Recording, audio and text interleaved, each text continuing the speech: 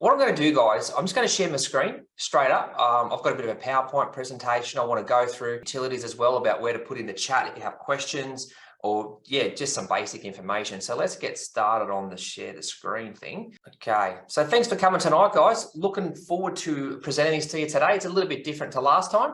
So for those of you who have just joined in, and are not sure how to communicate through the chat and webinar, the best way for me to explain it is you'll see here in the bottom here, I've got two arrows. I've got a Q&A and a chat box. You can put your questions in there in the chat box. You can put the questions in the Q&A. Jess, of course, is on here with me as well. She's my right arm. So we can obviously answer your questions throughout in some cases, but I will also have good question and answer time at the end as well, because I want to make sure that we answer everyone's questions. So, but of course, if they get a little bit too personal or a little bit too big of a question, I would prefer to chat to you separate to that. But yeah, so for you guys that are there, Q&A in the bottom and the chat. So let's get a crack along for it today. All right, so a couple of things. Why are we watching this tonight? This is just going to go through a few things here.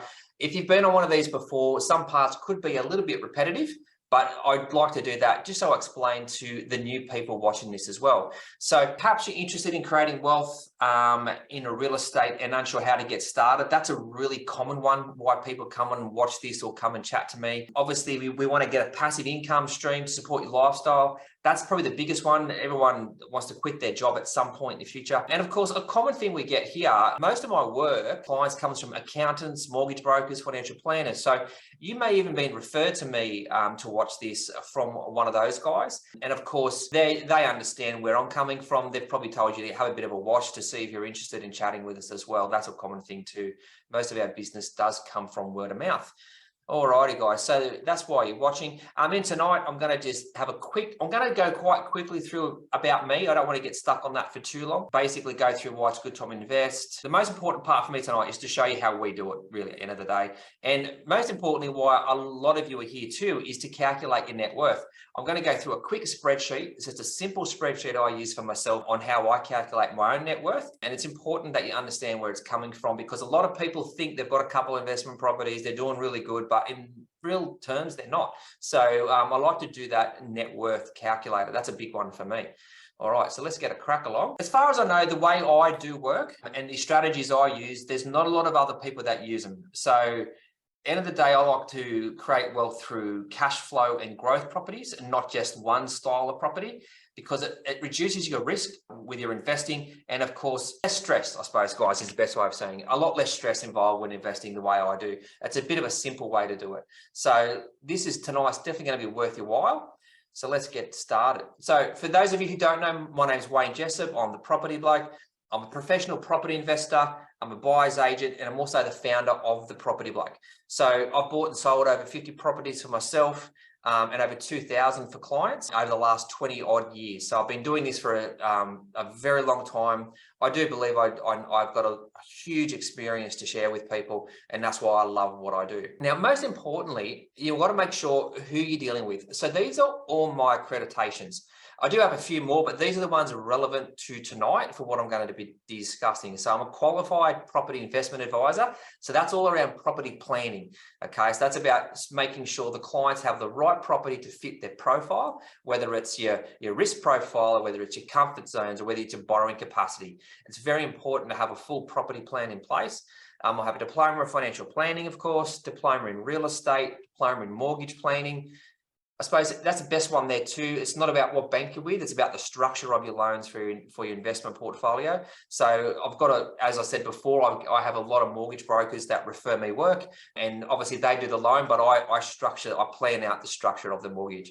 I'm a buyer's agent and auctioneer. I'm licensed in New South Wales, Queensland, Victoria, and Tasmania. And of course, I'm a justice of the peace for those ever need sicky days. Letters, send them through. Okay, so in the past 23 years, I've helped over 1,500 people changing their life in real estate.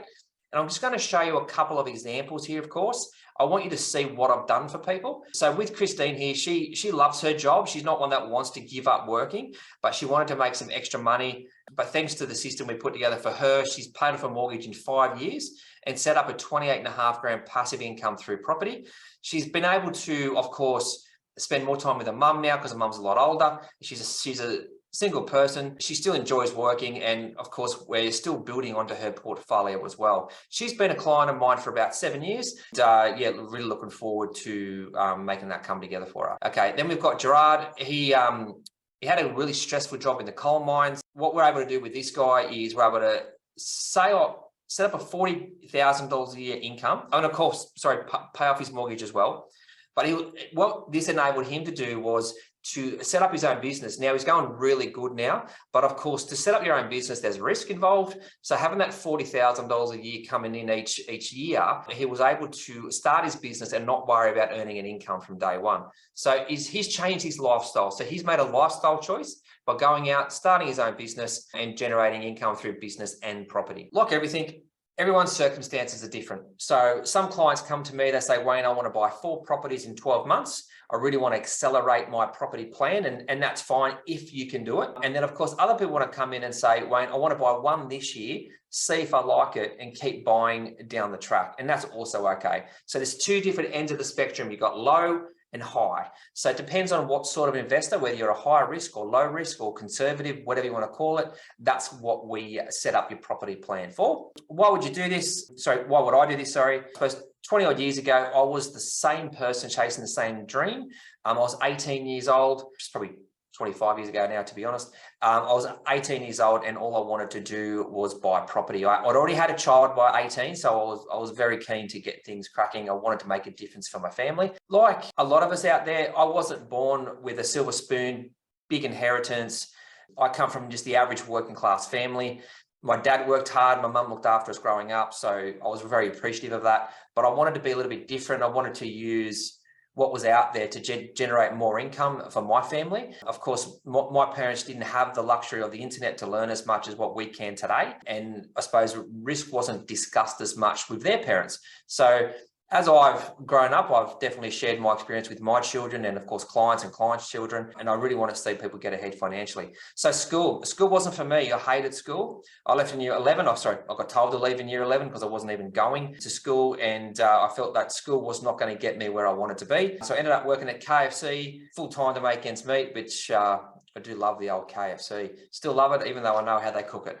Sad, isn't it? So basically, I believe property investing is where I wanted to go. That's how I wanted to make my wealth an individual and for my family. So the biggest thing is I had a child young, so I wanted to make sure I had financial security for my family. I wanted to have a nice home. KFC to me was a bit of a dead-end job at that point. I wanted to quit that and I wanted to have the freedom and flexibility just to enjoy life, which I've been able to do for most of my adult life. The thing I needed to realize though is back then when I was younger, it was all about books, education. So I was doing a lot of reading. I had to self-educate myself, which was, I wouldn't say it was a difficult process, but with YouTube and everything in comparison nowadays, it's so much easier to educate yourself if you're up for that. So I started learning everything I could about investing while trying to make connections in the industry. And of course, I was very conscious about money. I wouldn't say I was tight, but I was very conscious of not wasting too much money and trying to save every cent I had. So for me, it was an exhausting process when you aren't earning a lot of money, trying to save all your dollars and cents and still get ahead financially. So over that next 5 years, I was able to get great education within the property investment industry. And I was able to build out my own portfolio that was paying me a passive income, quite healthy passive income as well.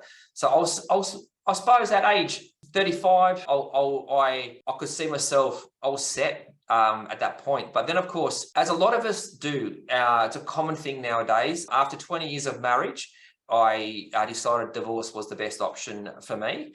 And of course, that does break you financially. For anyone out there who has been through a divorce or something similar, they will agree, divorce is a very, very financial strain. So that was after 20 years of being married. So as you would expect, that was a bit of a mess to get rid of the assets, etc. And I actually almost ended up on the verge of insolvency, which was quite stressful, but I held out, pushed through it, and I'm still here today. So I had to start from scratch basically, but of course with my experience, and I've got a high risk profile myself, I was able to rebuild my portfolio very quickly within about 3 years and bring in a passive income of around about 160 grand a year. Now that is as of 30th of December, or I suppose you'd say 31st of December last year. Over these next 12 months, we've got plans, of course, to really push out a passive income past the $200,000 mark. Once you get started in property and understand property, it's actually not that hard. It's about knowing when to buy, when to sell, where to buy, and where to place your money. So that's where I'm at personally. So I've also helped hundreds of other people get really good results in property. So I just want to show you this one here, this video here, guys. It's of a client I've had for a very long time, and they're doing really well for themselves. The biggest thing definitely was he made it easy. Yeah, just made it easy. And mind you, don't get me wrong, I was very nervous. Didn't want to spend the money, but I knew I had to do something. So yeah, Wayne made it very, very easy. Got our first house in 2008. Realised the nerves had sort of gone, and then got another one in 2010, third one in 2011, and then another one in 2018. So he's made the journey pretty hassle-free. Yeah, I'd given my concerns and, as I said, nervousness when we first started to get into it, but then I'd simply reassure him that Wayne's just he just does all the work. He makes it hassle-free. And no pressure, so we don't have to do it. Yeah, but we just decided, we like him, so we went ahead and bought 4 houses through it, pretty much. All right, guys, that was Jace. So with him, he's been a client of mine, as you can tell, since 2008. He's done really well, and they're just going. Those guys are actually going through a bit of a restructure right now as well. So before I get into the strategy, let's go through calculating your own net worth first. Now, for those of you, obviously, we're going to be able to send you the replay of this, but if you have a pen and paper to calculate, obviously, everyone's got a calculator on their phone. I'm going to share my little spreadsheet here that I use, and I want to show you how I do it. So this is what we call, this is what I call net asset retirement income calculator, because there's a couple of things we've got to do here. Now, I'm not going to drag this out too long for you guys, but I'm going to show you why I see some clients that think they're doing really well, but in a matter of fact, they're not. I lie. They are doing well compared to a lot of other people, but where they want to be. So this is an actual real scenario that it was from December last year, this scenario. This client is 45 years old, and in their expectation, they're doing quite well for themselves. They're expecting they're going to retire in 10 years, so 55, prior to retirement age to access your super, just so we clarify that. They were quite comfortable that they thought they were going to make it easier, but I just wanted to show them that they've got a lot to do yet. They've got a fair bit to go. They shouldn't just relax just yet. So the first thing we do, guys, is we will look at down the bottom here, we look at here. We want to look at what is the retirement income target.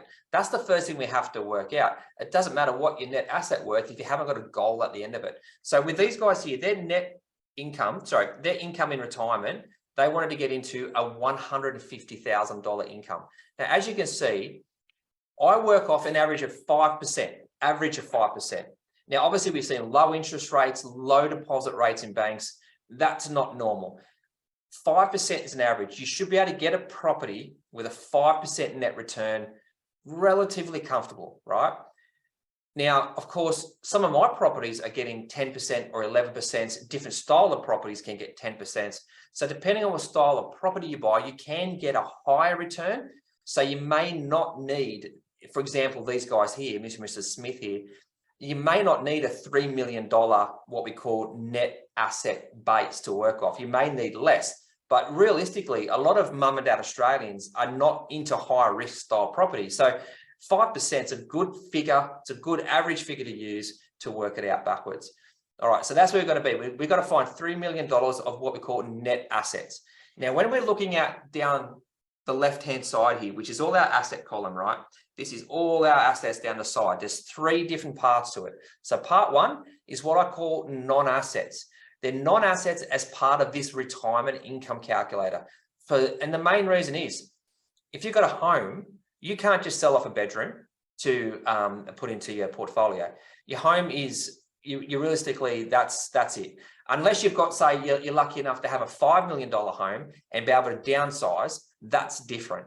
We can add that over here as well. So, but I'm just, with this client here, he did not have that opportunity. You got your home contents, a couple of cars, and then you've got your pre-retirement age assets. So these are assets you can access manipulate, work with, buy, sell prior to retirement age. So what I mean by that is you can do whatever you want with this. The government's not, it's not inside your superannuation. And then of course you've got your post-retirement age assets, which is stuff you get access to after retirement. So normally that's superannuation, as you'd expect, all right? And then of course down here, we list down the liabilities. And as you can tell, I've done some pre-work on this to save time as well. So what I'm going to start listing some of this stuff out. So with these guys, they had a home worth 1.25 million. They also had, what do we got here? Home contents, 150,000. Cars were worth 45,000. And of course, 30,000. Now, all those assets there, they're great, but they are not forming part of your retirement portfolio. They just don't do that. Right. So then we go into the pre-retirement age assets.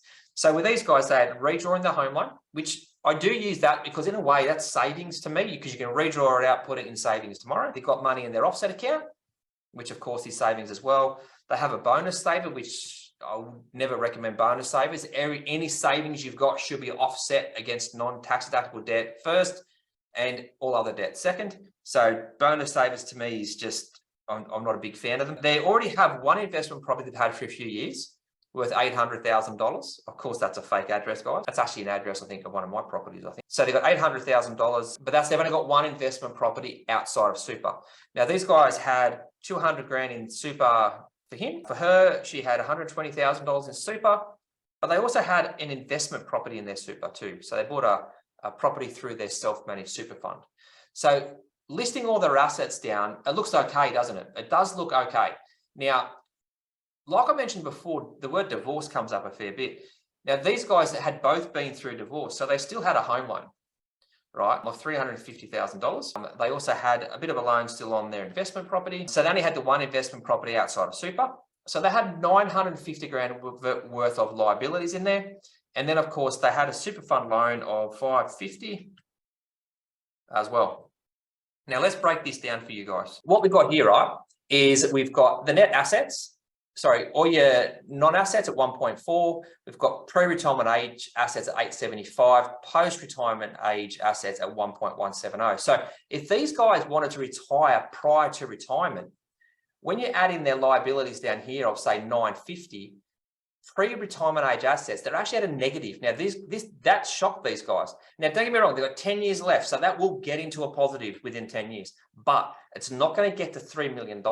So from that perspective, they've got to really expand their base in their pre-retirement age assets. Now, with the post-retirement age assets, they had an additional 545 grand. So as you can see here, if these guys were happy to, work past 60 where they can get post-retirement assets, access to them, they only need $2.5 million. And over the next 10 years with their asset base, that will definitely get better. But what you've got to be careful of is inflation. So inflation is the biggest risk. And when you're looking at investing, inflation is the biggest risk out of everything people don't account for. So, and at the moment, we're looking at inflation of 7%. So as you can see, if you're working off a 3% CPI, you're way behind the 8 ball. So the dollar today, as everyone knows, $1 today is not worth $1 tomorrow. And it's definitely not worth $1 in 10 years or even 15 years. So with this pre-retirement age calculator, I was able to show these guys they're way behind the 8 ball if they think they're going to retire at 55 in 10 years' time. And this is the biggest thing, I suppose. It's a very powerful calculator for me to present to clients to show them that, you've got to do a lot more in investing. It's not about having 1 or 2 properties. You need a good 3 to 4 properties. And probably the biggest thing we see here is the debt on the home. This $350,000 debt is a liability, yet the home doesn't come in as an asset. Okay, so that's where people get it wrong as well. You really need to get your home paid off as quick as you can. Try not to upgrade your home consistently. Try and get a house you're happy with, settle down and just pay it off. That's the best thing I can advise. People who move a lot, their mortgage just keeps increasing. That's where I see it go wrong. But say, for example, you had a 2.2, this was 2.5 million property, and you were going to downsize. What you could do is here, you can put in the $1 million over here. So basically what it does is, if you were lucky enough to be able to downsize your home, you can basically put $1 million into your portfolio, which of course increases your net asset worth over time to 925, which is fantastic, right? So that's where you need to be when it comes down to with your net asset calculator. You need to make sure you take into account, are you going to upsize your home? Because that needs to go in there too. Are you going to move house in the next 10 years? Are you going to downsize your home? If you're not going to change anything there, we need to work on what you've got. All right, guys. And sorry about my calculator there. I realized I missed a formula in one of those spreadsheet cells, but I hope you understand what I meant by that net asset calculator. And if you want a copy of that net asset calculator, of course, you can whack that in the chat at the end and we can make sure you get a copy of it, just have a play with. It's just a basic spreadsheet, guys. Nothing fancy at all. All right, but it's a good eye opener. So let me get back to this slideshow for you. Of course, so that's how I work it out to get your net asset calculation done. Now we've got to work out, okay, what can we do now? How are we going to build this out? So this is a bit of a strategy I use. So I wanted to share my strategy with everybody again.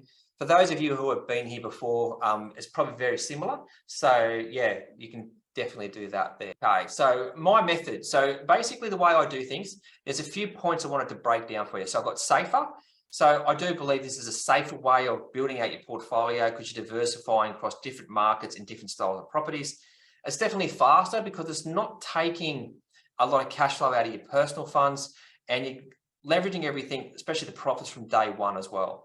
So this method I use is definitely more effective. It works in any market. So even if interest rates keep going up and other investors are panicking and selling and not sure what to do, the way I do this, I wouldn't say it's if interest rates don't affect it at all, but it still works even if the market's not going up or going down or whichever way it's going sideways. It's definitely more certain because you're not as reliant on external factors and have much more control over the end outcome that we're trying to achieve. And probably the biggest thing with investing is a lot of people don't invest because they're worried about the stress. This is definitely a less stressful way of putting it together. And I do call it, it's called the Freedom Accelerator Strategy. And I'm going to quickly show you how all this works, guys. So the first one is, there's 3 different pillars that I use. The first one is how to achieve goals without the high price tag. Now, there's an old saying in the property industry that you make your money when you buy, not when you sell. So what that means is when you're buying the property, the price you're paying for the property is really going to calculate for you at the other end what your profits are going to be. So it's very important to buy correctly. All right. That's why the first pillar of my strategy is about buying value properties. Now I'll use the word value properties.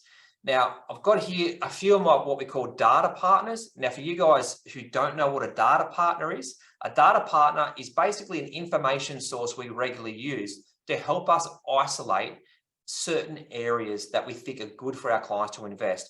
A couple of these guys on here, we actually meet with one-on-one on a monthly basis, and they give us an indication of what areas are going well, what areas are starting to taper off.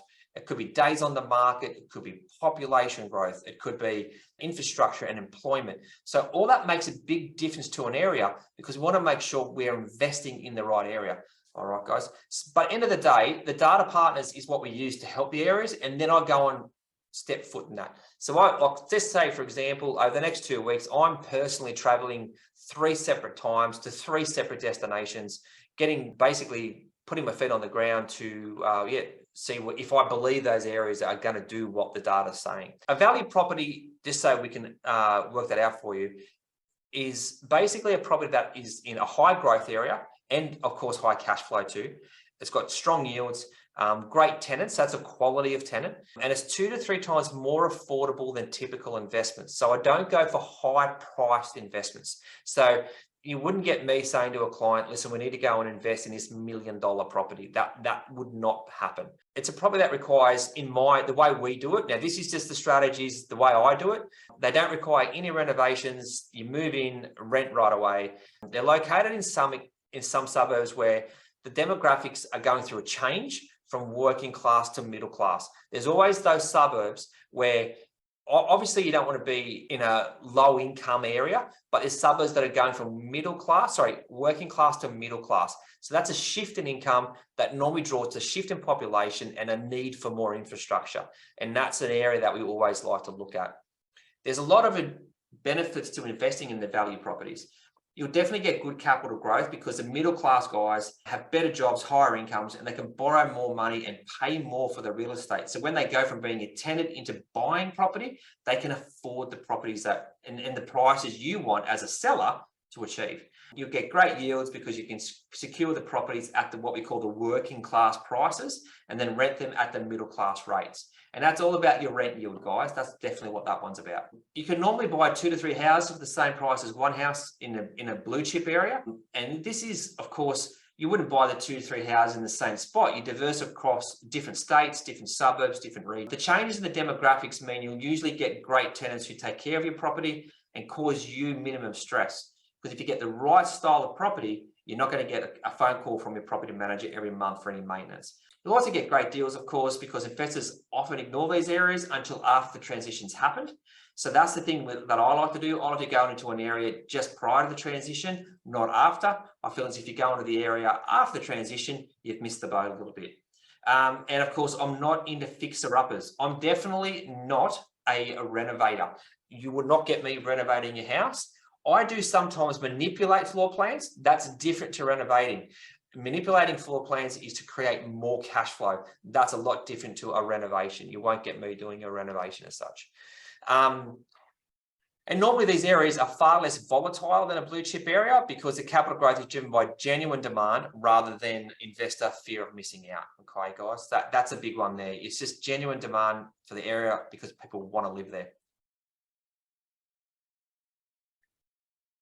All right, guys. So I'm going to review now the second pillar of my strategy. This is about creating wealth without sacrificing your lifestyle. Now, if you want to be a very aggressive investor, you may have to sacrifice your lifestyle to input more cash flow, input more monies into your portfolio, but you don't have to do it the way I do it. That's an option. It's not a need. So basically, most Australians don't have tens of thousands of dollars spare each week to achieve their financial goals. Because if you did, you're basically reaching your financial goals. So what you need is a portfolio that relatively pays for itself, even while you're sleeping. But my guess, of course, is that you also want to achieve your financial goals with minimal stress, of course, effort and risk. Now, of course, that sounds a little bit too good to be true, but you can do it. There's always a little bit of stress. There's always a little bit of effort and always risk involved, of course, because there's debt. But if you can minimize that, there's a better outcome for you. All right, so that's with the second pillar. It's all about how you build the property portfolio. Do it without sacrificing your lifestyle, worrying about interest repayments, without taking unnecessary risks, and of course, without a lot of stress for the effort you put in place. This is the technique that I called alternate asset investing. I'm going to just break it down for you. Most investors are looking for the perfect property that generates capital growth and positive cash flow. But those properties, they're only really around when interest rates are low and the market's gone crazy and really growing in value really quick. Now, we need to invest in a stable market and invest in a secure way. That can work for the short term, but it doesn't work in the big picture. In normal market conditions, you either need to get lucky or have a very high risk tolerance to find those assets.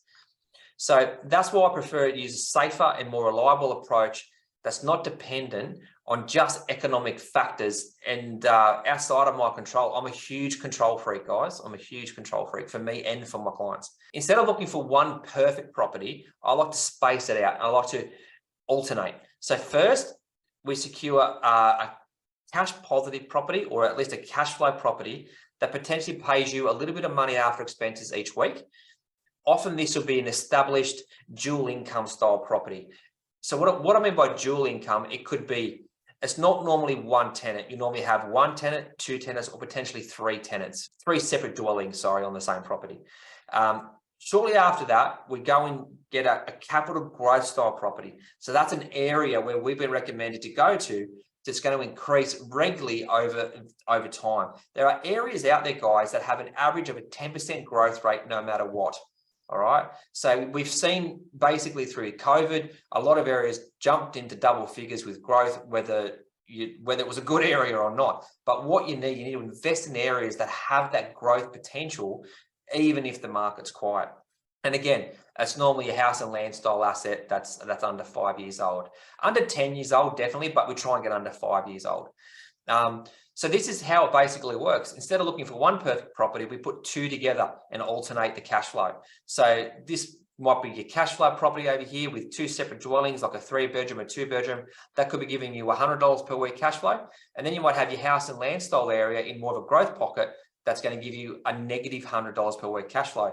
But between the both of them, they're going to fund themselves. So you're not going to have to put any more money in yourself. You've got two assets. They're probably worth $1 million combined, if not more, and it's all paying for itself, guys. That's probably the most important thing. The benefits of doing this is the first cash flow. Sorry, I've already said this. The first cash flow basically covers the second property, so you don't have to pay out of your pocket. Now, if you get sick or lose your job, it's a big fear. When I go through what is your biggest fear, losing your job does come up, guys. So basically what we do there is we go, okay, if you have one property that's offsetting the other property and you do get sick or lose your job, you don't have to, your portfolio is not going to make a difference to your cash flow.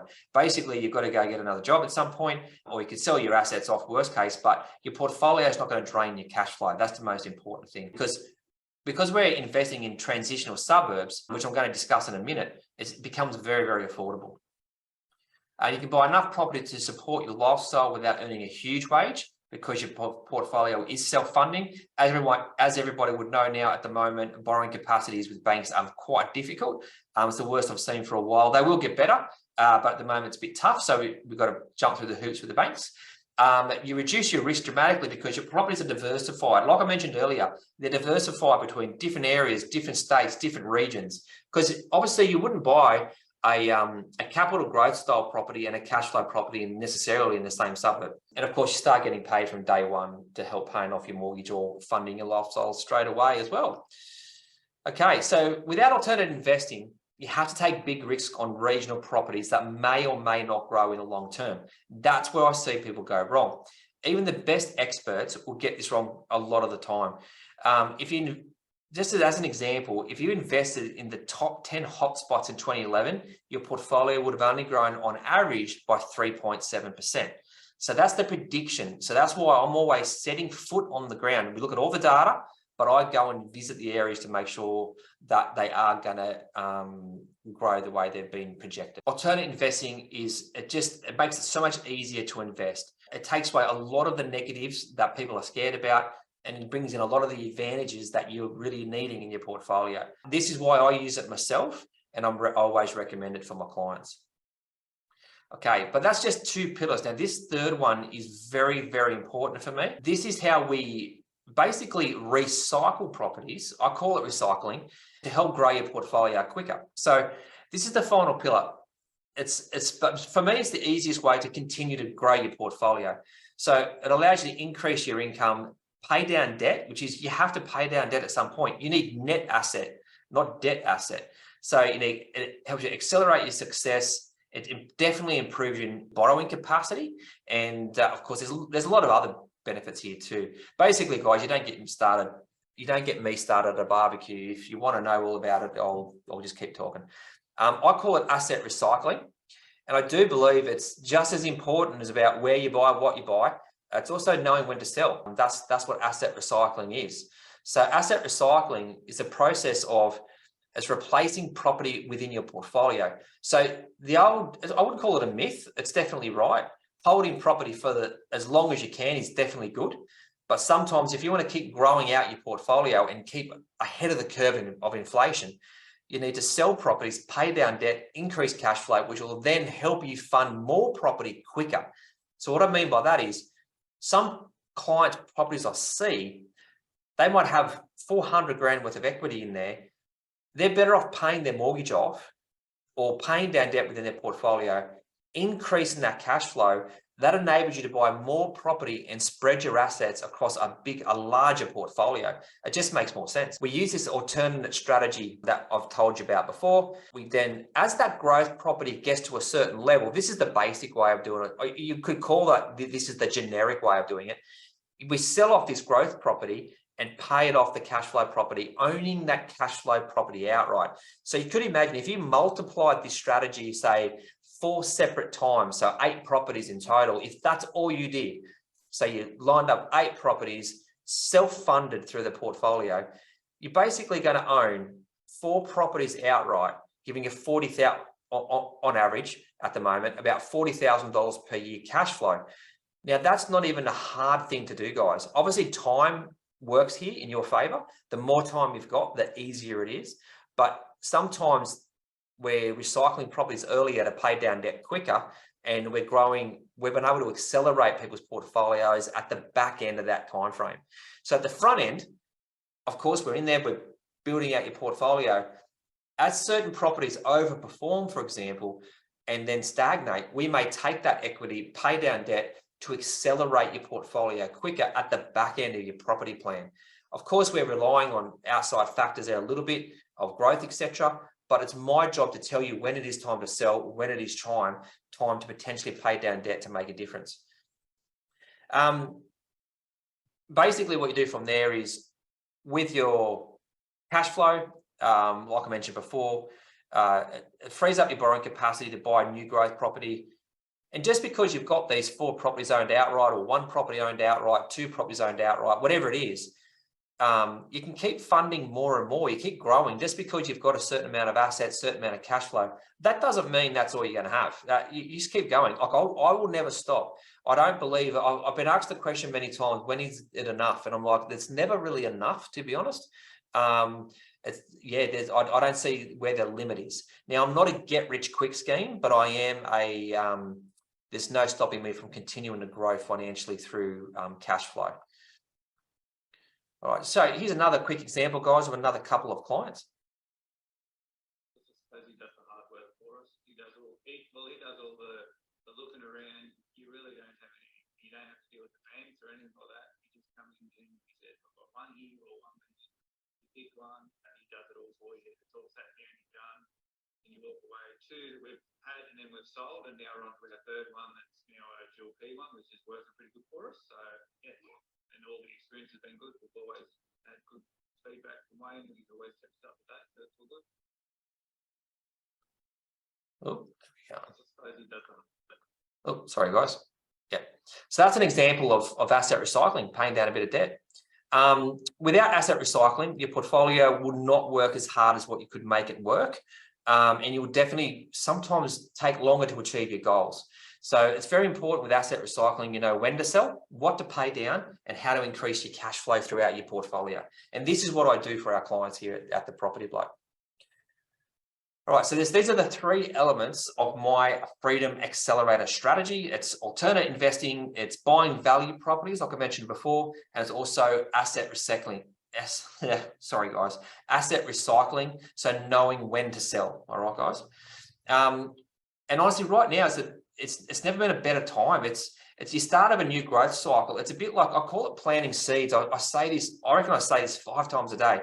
It's about like planting seeds in your portfolio. What we're doing now, it's a bit like a farmer. They're out there growing their wheat. They might, I'm sorry, I don't know how long wheat takes to grow. I'm not ignorant there, sorry. You're planting your seeds for your wheat, and you're going to harvest that wheat in 6 months, 12 months, whatever that it takes to grow, right? Your portfolio is the same. You're at the beginning of another property cycle. This is when you should be lining up and loading up your portfolio with as many seeds, planting as many seeds as you can. Because the people that wait for the market to say, like, sorry, I'll start again. The people that wait for the media to tell that the market's going good, you have missed out on minimum 50% of the growth, minimum 50% of your portfolio growing in value. And if you've got a portfolio of 3 or 4 properties, that can be millions of dollars.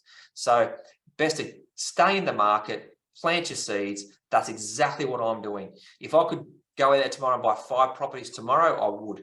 At the moment, we've got 2 or 3 coming on this year, and I'll definitely have another 2 or 3 going on next year, because I'm desperately trying to plant as many seeds as I can while I can. So what that means is you can secure properties at or below the market value. Of course, as a buyer's agent, that's our goal, is to get below market value. You're not dealing with as many competitors out there, so you're not pushing the prices over where they should be. You can access better quality assets because it's a buyer's market. And being a buyer's agent, this is the market we love. The real estate agents are calling us on a regular basis. Do you have a buyer for this? Do you have a buyer for that? And of course, like I mentioned before, you're planting the seeds for the future. So when the market does shoot off again and your crop grows, you're going to take full advantage of it. And like I said before, everyone's circumstances are different. So you may not be able to plant as many seeds as other people, but you should try to be planting as many seeds as you can. And maybe I can help you guys out as well. Now, the question is, how can you practically use this information? Now, Jess, he's going to chuck in there again. Oh, sorry, someone just said really low volume. Sorry, guys, it's a bit late for that. But so the question is, how can you practically use this information? So we've got, most people simply don't have the time, knowledge, or the real world experience to make this work without making costly mistakes. Obviously, I've made a few mistakes in the past. You're best to work off my experience. And even many professional property experts and buyers agents that haven't been through a market cycle like this before. I've been in the market, I've been through 3 property cycles, and oh, sorry guys, just looking at the messages there. It was low volume for the client's feedback. Okay. The good news is that's how we help our clients. I hope you guys can hear me okay on that one there. Sorry guys, a bit late now anyway. The worst case, we can get the recording back to you if you had trouble hearing it there. My team and I can take care of everything for you to achieve your lifestyle and of course your property goals in today's market. There's nobody else out there that can do this because you will get the benefit of my experience. So I control everything. I'm a huge control freak. As I've said before, I bought and sold myself over 50 plus properties, thousands for my clients. And of course, like I mentioned before, again, I've been through many market cycles. I know what strategies work through the continuous property cycle, whether it's on the up, whether it's on the slow, whether it's correcting, whatever it might be, I understand. So we can give you a clear plan and direction to achieve your goals. I can help you structure your portfolio. I can do a tax benefit portfolio too if you've got paying too much tax. And I try and help you future-proof yourself and mitigate your risk by looking at things that could derail your portfolio. So my job is to look into the future. If you haven't had kids yet, how's that going to affect it? If you're going to upgrade your house, how is that going to affect it? If you potentially got sick, should you get income protection insurance, life insurance? I don't do insurance, but I can say you need to go chat to someone about that. I can see if there's a hole there. In summary, we can handle everything for you from start to finish. As you would have seen there from a couple of those testimonial videos we did, we do everything for you apart from basically signing your documents. All right, guys. If that sounds something you want to get in touch with, whether you're an existing client of mine watching today, whether you're referred from an accountant, referred from a mortgage broker, jump on a call. Now, Jess is going to whack that in there now. So what we've got there, yeah, so you see that in there in the, I guess the webinar chat, Jesse's chucked in a link there. You can book in a 15-minute quick call to see if we can work out for you what you can do. Obviously that 15 minutes, it's only 15 minutes. We'll go through some of your questions, what you're trying to do, see if we can help. We may not be the right people for you, but that's okay. We'll tell you straight up. But otherwise we can go through and say, hey, you're an example of someone we help, and this is what we can do for you. All right. Now, we've got to be realistic though, guys. You need to be earning around about 150K with household income. Now, if you've got no debt at all, obviously you don't need to be earning 150,000, but you've got to be, if you've got a bit of debt, you need to have a bit of income coming in. You need to have a good amount of equity or savings. We've got to be real about that as well. A good 200 grand worth of equity in a house is fine. And you need to be looking at trying to do something soon, because sometimes the strategies do change slightly as the market changes. I'm a huge person that says you've got to adapt to the market. The market's changing, you have to adapt sometimes. Sure, our strategy runs through any market, but sometimes we need to adapt your portfolio to the way the market is today. All right, guys. And if that's for you, click on the link, book in a call, we can chat and see how we go from there, guys. The next step, it's all up to you guys. All right, so I'm just going to stop sharing my screen now. Hang on 2 seconds. All right, so I've got a few questions actually. So if you've got any questions, whack them in the question and answers, guys. Definitely whack them in there. It's because I want to try and go through a few questions for you. So I've got anonymous. Oh, that's an anonymous attendee. Sorry, guys. I don't have my glasses on. That's half my problem. how do you treat, so there's a couple of questions, guys. I'm going to read them out and go through them with you. How do you treat capital gains tax with the sale of the growth when recycling? That can sometimes chew the profits you're looking to achieve. Now, Mr. and Mrs. Anonymous here, you've got to be realistic. Capital gains tax, it's got to be calculated into your property plan. So some people you will not believe, some people will not buy property because when it grows in value, they've got to pay capital gains tax. What a dickhead. Seriously, pay your capital gains tax. Like if you've held the property for longer than 12 months, 50% of it's tax-free. The other 50% is added to your income. The maximum you're going to pay on that's 24%. So if you make $1 million, sure, you're going to pay 240 grand, but you've made 750 grand, 760 grand. At the end of the day, pay the capital gains tax. It's all, it is part and parcel of it. You can't get away from it. Yeah, pay it. And sorry, guys, the anonymous attendee says, can I please get a copy of your net asset calculator to play with? Unfortunately, you put your question in there anonymously, so I can't. What I might do is, guys, I might just send it out. We've got all your emails. You've all got the links. I might just I might send that net asset calculator out tomorrow to everybody, just so you've all got it. If you don't get it, you can give us a call anytime at the office or just send us a message through Facebook as well. That's no problems at all. But guys, do we have any other questions actually? Does anyone have a question about that? But to answer your question about capital gains tax, yes, you've got to pay it, but it's all calculated with what you're going to have left over. But capital gains tax is something you have to pay for. It's just how it is. It's Australia, one of the worst tax countries in the world, but we do have other benefits to play with that. Okay.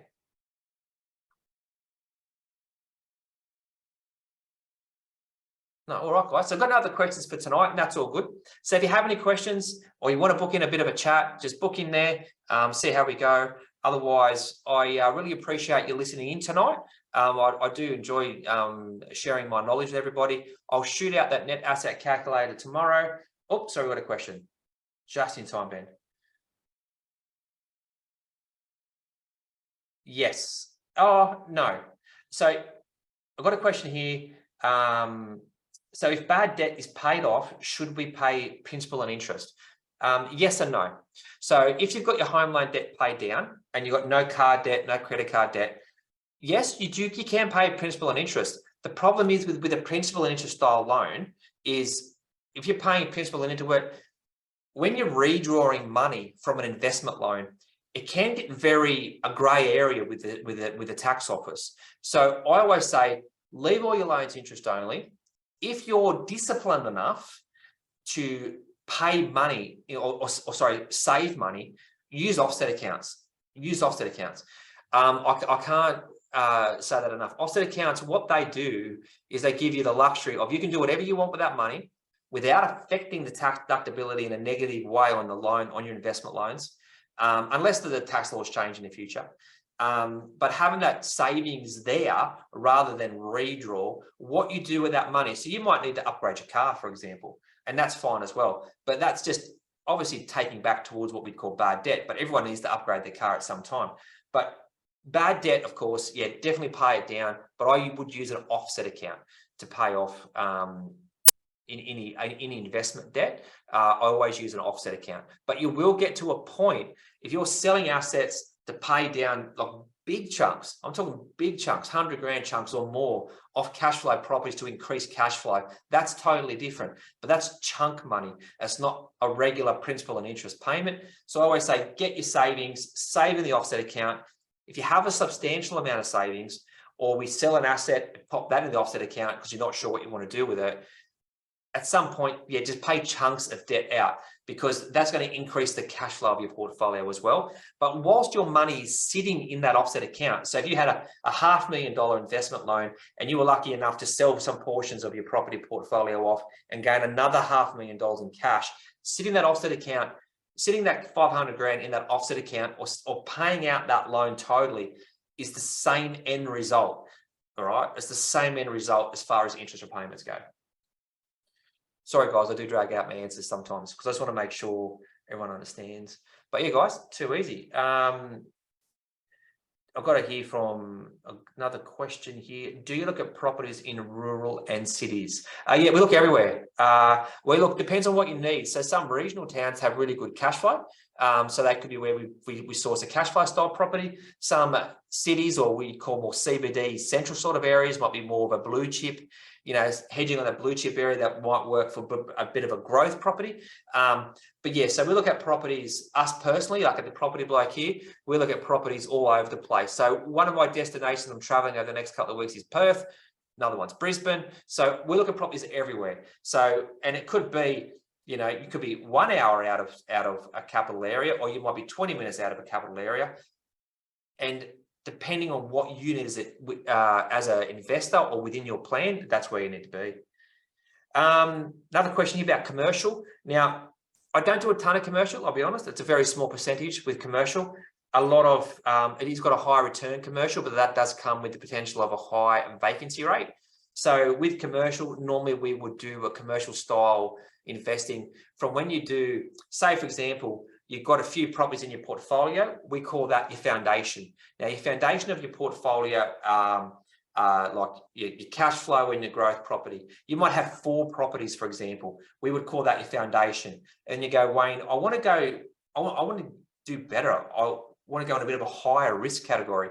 That's when we might say, okay, let's go into commercial, but heading into that commercial property that you could get a large vacancy. Or you might go into a residential property, like a rooming house or something like that, which is more of a commercial style property, zoned residential. It's more of a business more than anything. But you wouldn't do that for your first property. That's something we don't, or your first couple of properties, we don't normally recommend that, because normally the people I see, their risk profile isn't there. Commercial is not where they want to be. So, but yeah, commercial, there's nothing wrong with commercial. I used to have 2 commercial properties. I've got 1 now. It's fine, no dramas. It's got a high yield on it, but of course it does come with a bit of a higher risk than the residential stuff. People go with commercial sometimes because they think 1 tenant, 5 years, everything's great. They pay all the outgoings. But what they've got to realise is if that business goes broke, you can't get blood out of a stone. So commercial property is fine, but, and sorry, just say one more thing. Your commercial property, sometimes your entry level on commercial property is a lot higher as well. So depending on your risk profile. So I'm not sure how to say a name. I'm not sure if it's Jose or Josie. Sorry. But yeah, that's no worries at all. Alrighty, guys, that's all the questions I've got for tonight. Like I said, thanks again for listening in. Have any other questions, let us know, and you can book in a call, message us on Facebook. You can even call us. You can do the old school, give us a ring, 1300 322 300 and book in a call that way. Yeah, there's 5,000 ways you can contact people now. Reach out to us, love to help. Thanks for watching. Have a good one.